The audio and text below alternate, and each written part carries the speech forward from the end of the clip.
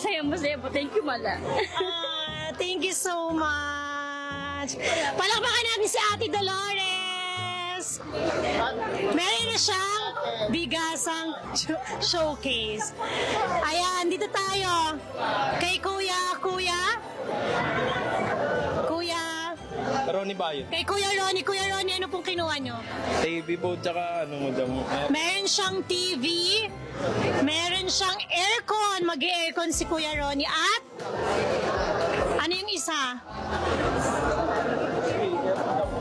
Ayan, so appliances ang kinuha ni Kuya Ronnie. Kuya Ronnie, bakit po appliances? Kasi po, madam, wala po kaming appliances sa amin. Kasi daw wala silang appliances. So Kuya Ronnie, ano ang masasabi mo ngayong Pasko dahil sa surprise na binigay ni Brilliant Skin? Maraming salamat po. Nung una kay God. Tapos sa Brilliant Skin. Sobrang saya ko po sa binigay na pagkakataon sa akin. Ayan, congratulations Kuya Ronnie. At mukhang malaki-laki ang babayaran ko. Hindi ko in-expect na grabe pala silang kumuha ng appliances. Kay Kuya Numar, mukhang marami kang re-regalo ang TV. Anong mga kinuha mo? TV po, tsaka mga speaker. At mukhang mahilig mag-video kasi Kuya Numar. Bakit mga speaker? Ay, wala po kaming ganyan sa bahay, tsaka bagong gawa po yung bahay. Pero bakit ang dami mong TV kinuha? Ay, para po sa tatlo kong anak na baka magkagulo pa yung dalawa. So, tatlo yung anak niya. Alam niyo ba na yung mga anak niya nagtatrabaho din sa Brilliant? So, ibibigay niya yan sa mga anak niya.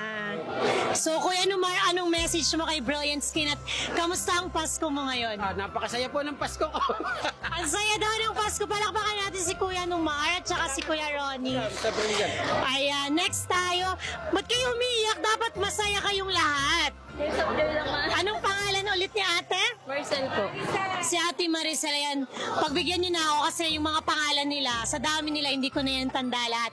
So, anong mga kinuha mo? Ano po, washing, TV, air fry, tsaka fan po. Bakit washing? Bakit TV? Kasi po, ang appliance ko lang sa bahay, electric fan.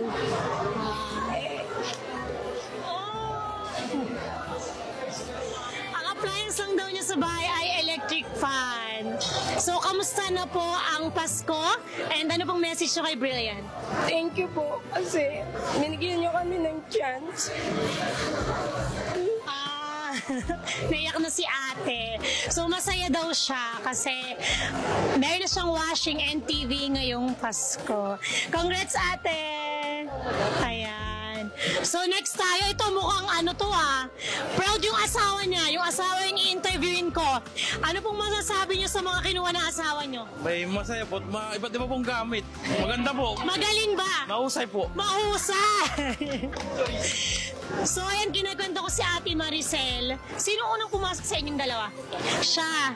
Actually, nagpeperya pa ako nun sa Morong.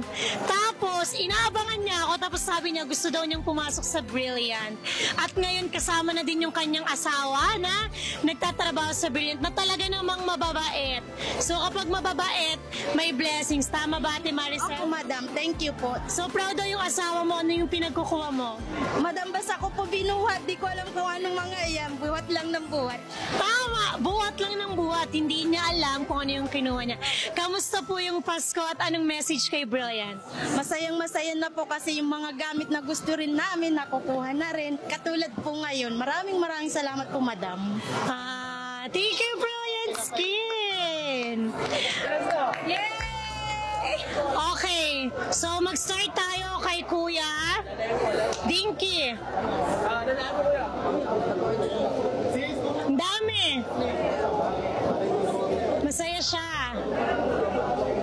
Ang dami niyang nakuha. Meron ka ng aircon, meron ka pang oven, meron kang washing machine, air fryer, may dalawa ka pang TV. Dalawang TV. And meron kang, ano to, ref.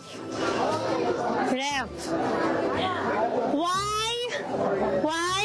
Appliances. Yan, sabi niya wala daw silang ganon. Kiran, halika dito. Mas magaling si Kiran sa akin. Okay, so yan yung mga nakuha niya. Ano yung message page mo kay BSE.